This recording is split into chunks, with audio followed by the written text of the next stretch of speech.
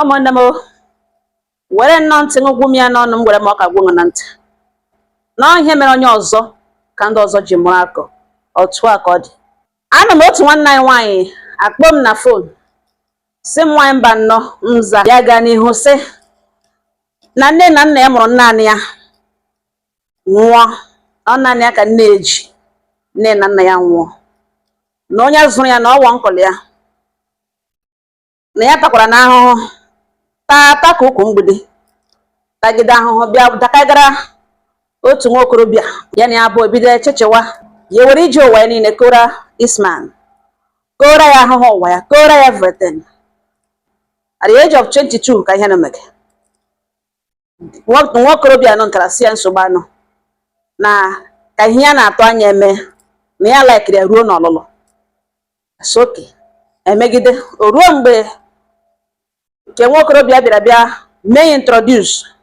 n'aka nne na nna ya. Ha bido gbawa question jụwa gbasara famili ya gwa ha na nne na nna ya nwụọna. Nna ke nwoke ajụwa sọ gịnị gburu nna ya, ọrịara ọrịa ga nwụkọ nwụọ. Yes na ọrịara arịa nwụọ. Ya sọ gịnị ka ọ rịara? Ya gwa ya na ihe ọ rịara nwụwụ na ọwụ diabetes. Ya jụọ sị what of mama ya? Ya sị na mma ya na ọjọọ so lọta ọrụ slump nwụọ. Nna ke nwoke sị mba na ihe gbasara ọrịa shuga na ọ na-aga n'ọbara na ọ chọọ ka ihe gbasara ọrịa shuga bata n'ezinụlọ ya n'ihi na generations ha nwebụ onye rịara ọrịa shuga na ọ na-eme na agbụrụ na ọ gaghị abata na ya dị sọrị. Ya ebewe rubi n'akwa gbuo ikpere gbuo nwoke na ikpere na akwụ dị ma nsọ ọwụghị ije dị na na-arịọ ya anaghị awụ ihe a na-arịọ na ya ga-ekwe. Nne ke nwoke sị nne biko echi n'ụkwụ dị ebilie bịa lawa na ọ bịalakwa ka ụmụ nwoke ọgwụla. Ya sị oke ebilite nwa ha nwoke ụkwanụ onye ka ya na-emega ihe bịa gwawa nne na nna ya site na mgbe ya kwere mata nwa nọ na ihe dịgara ya iche na enwere ụfọdụ ihe tijuru aka na-agwa ọkọ mana the few months ya matara this girl ọnọdụ ya chewu gbanwere na nwata na-ebu enweghị ọrịa shuga na ọnwụ ihe nna ya rịara nwa pụta na ọhịa ya onwe ga-arịa nwa. Nna ya gwa ya na ya nwa anwa gbara ya okwu ma ọ ga-ahụ ihe ya na ya abụọ ga-eme. Ọ sị the young man agwa ya na o mekiri choice masịrị ya lụọ na ọ lụrụ onye masịrị ya na ya nwa ga-alụ onye masịrị ya na ọrịa shuga n'ọdịnihu na ọ wa bụrụ ka ya ka ọ rịara ọrịa shuga na ọ wụ ya nwa na ọ bụ ya ihe gbasara ya na ọ wụ naanị ya ka ọ mụrụ na efesi nwunye hapụ ya ka ya lụrụ onye masịrị ya. Nna di ya si ekwucha na ọ gbara ya okwu na ọ ga-ahụ ụtọ ọ ga-adị ya na ya abụọ. Ya beela anya kama ya ga-eti awụ the reason nna na nwa ga-eji nwee problem ya ekoro akpa ọla ya lawa ọ ya ka ya laruru ya discover na ya adịla ime gwa ka nwokorobịa na ya adịla ime na ọwụ ya tụrụ onwe ya ime na ọ bịa ya na ya abụọ gaa ụlọ ọgwụ na ọ baghị uru ịbịa bịa denwe nwa nọ na ya ma ebe echi ya ga-etile onwe ya na ụdịka ahụhụ ụwa na ya achọghị ịmụ nwa na ọ bịa tagbuo onwe ya n'ahụhụ na ya wechabe ndụ ka ịmatụ onye ya na-aga iwe. Ke nwoke sị nwụọ n'ọsọ dị ime ya sị ya nọrọ nga gbara ga gwa nne na nne na nwa na ọ dịla ime na-agwa ya ugbu a na ya jụ nwa ya. Nna ya ga-agwa ya sị ya na ya kpụta ya nwụcha nwa ọ ga-alụ arịrị di. Ke nwoke sị nna ya nsogbu anọ ọ bịa gwazie esilekwa ihe papa ya kwuru ya elege ihe aha na Lagos nsogbu anọ ka ya bịa ya ga mụnara ha nwa na ọ wụta ya na nne this man na nna ya na ụmụnne ya atọ ndị ka o tochiri hata ka ha si nọrọ na the village nọrọ na the same house nọrọ na the same village na ihe ha mere ya n'ọnụ ya ga-akọchali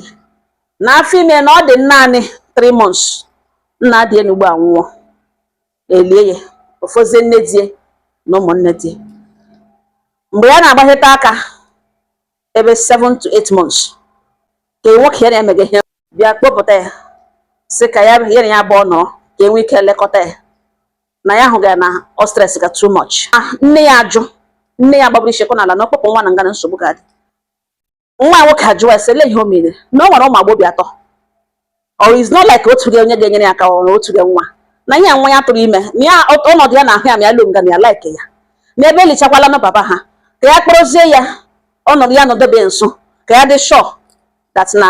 o stress ga ha onwe ka ya hapụ inwe complication na nwa na ya kwụbụ ụgwọ isi ya chọghị ịlụ ya n'ozu na enwe ihe mere ndị obodo gasị ya bịa lụọ ya n'ozu ebe ha na-ekwe ka ya kwụ ụgwọ isi mana ha kwere ka ọ bịa mụọra ya nwa na ya ka ya kpere mmekeshọn ịmụ nwa ahụ agahụrụ nga nne ya si enweghị ike ime ya nne ka nwoke so ga eme mgboja ga-esi abanye n'ime ụlọ kama gaga duba ha akpa n'ime ụlọ ya ga ha ga-edowe akwa akpa ka nwoke ha ga-eshepụta akpa si ngwa banye moto ọsịsọ ka hapụ na ọ wote ka eshiri banye moto na-agawa o rughị 2 weeks ke nwoke mme akpọ ya na fon na ya chọrọ ịbịa n'ụlọ ya nwa nwoke agwa ya na ọ gbaga mkpe na o kwesịghị ịga ozi bekee na otebe aka elichara nna ha na o kwesịghị ịga ozi bekee ya si ya chọrọ ịbịa na-eji ahụ na ya chọrọ ịbịa zuru teta ike na ọ ga-abịa kpere na ya ga-elikwa otu oliri nna ya this young man enwezighị any other option ya ga-aga kpụta mme gazi ikpo mme tete oso ga-adasị esokwa abịa otu aka ha abụọ shiri bịa n'ụlọ ya sitting room na ha atọ nọ na sitting room elege telivishọn ọ buru ya mgbe ya teteziri onye ahụ ziriwo na ọ nne ka nwoke nke ya hụrụ n'elu oche ka ọ nọrọ ọdụ were aka dị na-agba ma na-ara ya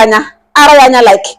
ọwọ hụ anya were egbe na ọ ga-agbagbu ya mgbe e metụkọjara mmepe anya ya hụ ụta nwaanyị a si elege ya anya ya hụkwana hụ nwa ya nwaanyị ya dị uncomfortable bilize sị ka ya gazie na room ka ga-edo oru ala room ya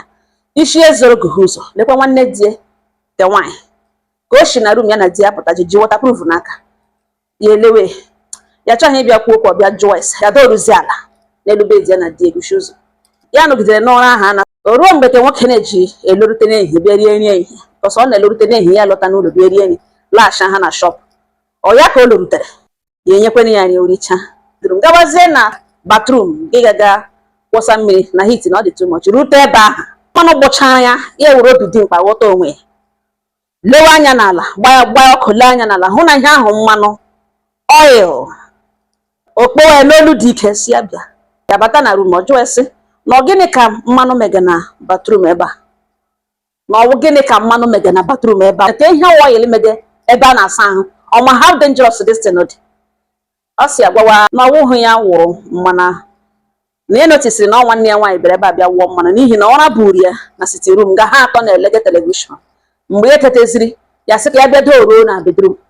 hụzi nwanne ya nwaanyị ka o ji waterproof n'aka waterproof a mekwara na mmanụ na ya ama ihe o ji waterproof na ihe ọ bịara na room a bịa ime na ya gana ha jụ ya ọ bịara n'ime gịnị na room nwanne ya nwoke ọ sọsị gịnị na ọhịa ya gwaga ewu nga ya gbara hụ debe na o lewe otu ugbo lecha na oyi tọga na ya obede ahụ na tata toilet ahụ na ọ ga-awụkọ ọha ya bara mgbe ahụ na ya babe na toilet ahụ ọzọ so na ọwụghị ya oke olukpo nwanne ya nwaanyị abata bido ebewe si na mpa ya kwukwere ekwu ya batabede ebe ahụ goo ya na ya abụọ asarịta ya hụ dị ya ka o si n'ime ụlọ ahụ apụtaga steji n'ugbo ka anọ this lady mgbe ọ na-eme ka okwu gbute ya gbavuru ga-ewere mmanụ ọnụ ntarọrọ ya na Chineke bi n'eluigwe na o lere ya ọ wụrụ onye ama na ọ bụrụ na ya nwawụrụ mmanụ nọ na taizin na ọ bụrụ na ya nwawụrụ mmanụ nọ na taizin na nzube ihe niile kpatara ya ji wụọ mmanụ na taiz a na o sokwe ma ọ bụrụ na ọnwụ ya nwawụrụ mmanụ na taiz a na ọ bụrụ na ọnwụ ya nwawụrụ mmanụ na taiz a this woman buru ime na-ebo ya ebubo na ọ ga-apụta n'afọ ime mgbe ka mma ya ji sakwa ọnụ na ihe o kwuru ese gwazi nwa ya nwa ebute akpa ha ala ha ejikere ekwerukwa ala ya saa n'ala ha alawa nwoke abịa jụọrịwa ha ege si ya na ọsọ gịnị ka ọ hụdebere n'otu ya gwa exactly ihe ọhụrụ ya gwa ya na nwanne ya nwaanyị amahụ ihe ọ na-eme na ihe ahụ ọ gara ebe ahụ emege na ọ mege ya ka ya nwee igodo na ọ batabeghị rum atọ la atọ nụrụ n'ihu ya ga rụrụ mmanụ aṅụ iyi na nsogbu dị na ya kpọkwa ya ka ọ lụghachita ka edozie okwu na ya wụ ordinary person na ọ tụgidere and ọ bịa be mee involve that na ọwụ na ọwụ ya nwa na afọ ime na ya ga-apụta na ọ gwakwa nwanne ya nwaanyị na ya ga-amụ nwa nọpụta mana ọ dịkwa shọ na ọwụ mmanụ ahụ ya wawụrụ ya maga na-aga rụrụ mmanụ a na-aṅụ gị iyi ka nwoke sị na ọ gbasara ya na ihe ya ga-efutawo na ya nwa dị innocent na ọwụ ya wụrụ mmanụ emebirikoro ha alawakwa nlawa village time eji eru amụ nwa eruo everyday nne ka nwoke akpa esi amụọna na oruole ọrụ ọnwa olugbo ya na-adịrị ya months n'ọnwa ole ya asị oke na ejichikwa ike otu ọla nwaanyị akpụchara o rughị 3 days ya ga-amụọrọ onwe ya nwa peacefully mụọ nwa nwoke the next news bịara na after 1 week wụ na nwanne di ya nọntara gara rụrụ mmanụ na-aṅụghị iyi na ọ gaje ịsa ahụ na bathroom nọ na village mmiri wụrụ mmiri gbụchara ya wụrụ ngịrị gbụchara ka ahụ nọ tiles kwa ya were isi kọọ na wọl were ha aka bie na mgbaja bikwapụ isi ngwa aka ya agbakọtala isi ngwa aka enweghị a na-agba pens ọ nọ na ya na ọ dị ya ka ọnwụ na dọkịta elecha na edat na sọket aka ya na akwanyela ya na ọ dị oke na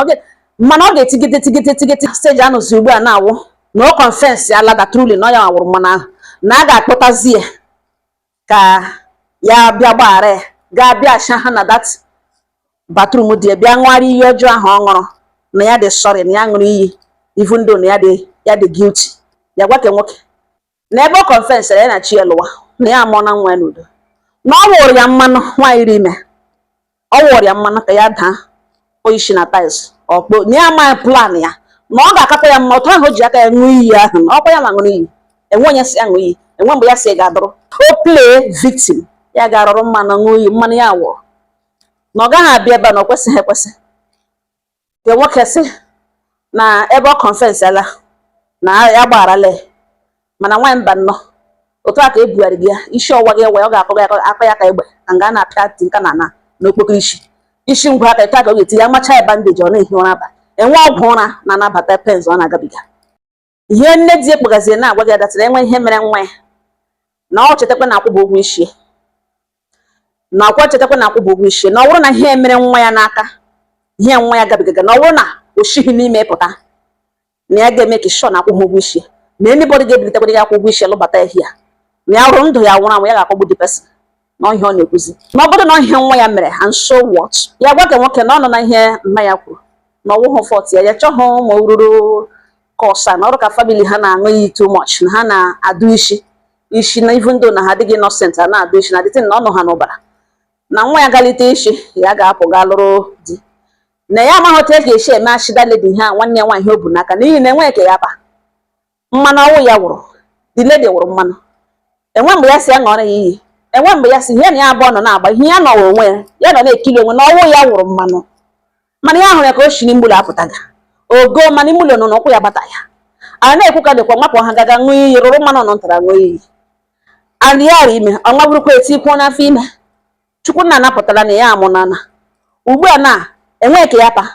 ewerezie ihe mere na ya ma ihe o ji aka emetere onwe werezie na-anazi excuse domezie na cross line between ịkwụ ụgwọ isi na ya achọghị mmadụ ya basị mmadụ kwukwuru ekwu na ya ga-abịa lawa nke nwoke si ya nwa nwa pụọ na ya ga-anụ sniper na ya enweghị ike ịlụzi ya na ya chọghị ya na ya hapụ ya na mmadụ anwụọra o kwekwere kwucha nsị nne m ya sị ihe ga-eme n'ụwụ anyị ga-emedebe wụ ha kpọọ gị si enwe ka ịpa na ịgbagharala ya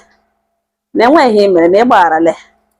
na gịnịkwana ka nwaanyị dị ime ga-emenwu ihe anyị ihe niile mege mgbe ị dị ime na ụma mgbaghara na ịgbagharala na elekwe batrum ebe ọ gara ga ṅụọ iyi na ebe ọ gara ga wụọ mma na enwe nnọọ ihe ọ chọrọ ime ebe ahụ ya eme ya emewekwa emechaa kama gị na di na-eshi ebe ahụ ọ na-akwapụ ọ ga-adị mma ọ ga-adị mma emena ka ị hapụga this guy because o face the family ya just to be with you ọ lụtagara ọ fight ga for you etretina na ya na ị ga-alawa ọ ga-ala too far with you don't want pụtasị ị ga-ekuru gị aga ị ga-ekuru nwa ngalite gị ga-alụgharị ka ihe bụ nke gen ya abịaghị ịghọrị nọ o ji obi ya niile bata kama ihe o face ga family pressure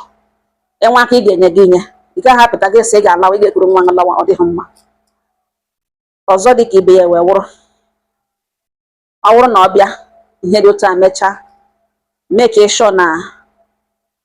obi ṅụ na ala obi ṅụ gbagharala ya by God's grace ọ ga-enwere onwe ya ga-enwe ike lụọ nne di ahụ kwere ka ụnụ mee ihe alụọ ṅụte nwoke na-eshi alụ nwaanyị ga-elụ jete nwaanyị na-eshi alụ di ihe niile awụcha storm ga-adị over nwanne di nwekwanụ ihe akụzierela ihe gị onwe nwekwana ihe akụzierela ihe ụmụnne m ọhịa ọsọ m ga-agbutere ọnụ enwekwa ihe ọnụ ga-agwa kwa akọ kọmentị ọnụ ọ ga ọha nọ m n'ọnụ udo dịrị ọnụ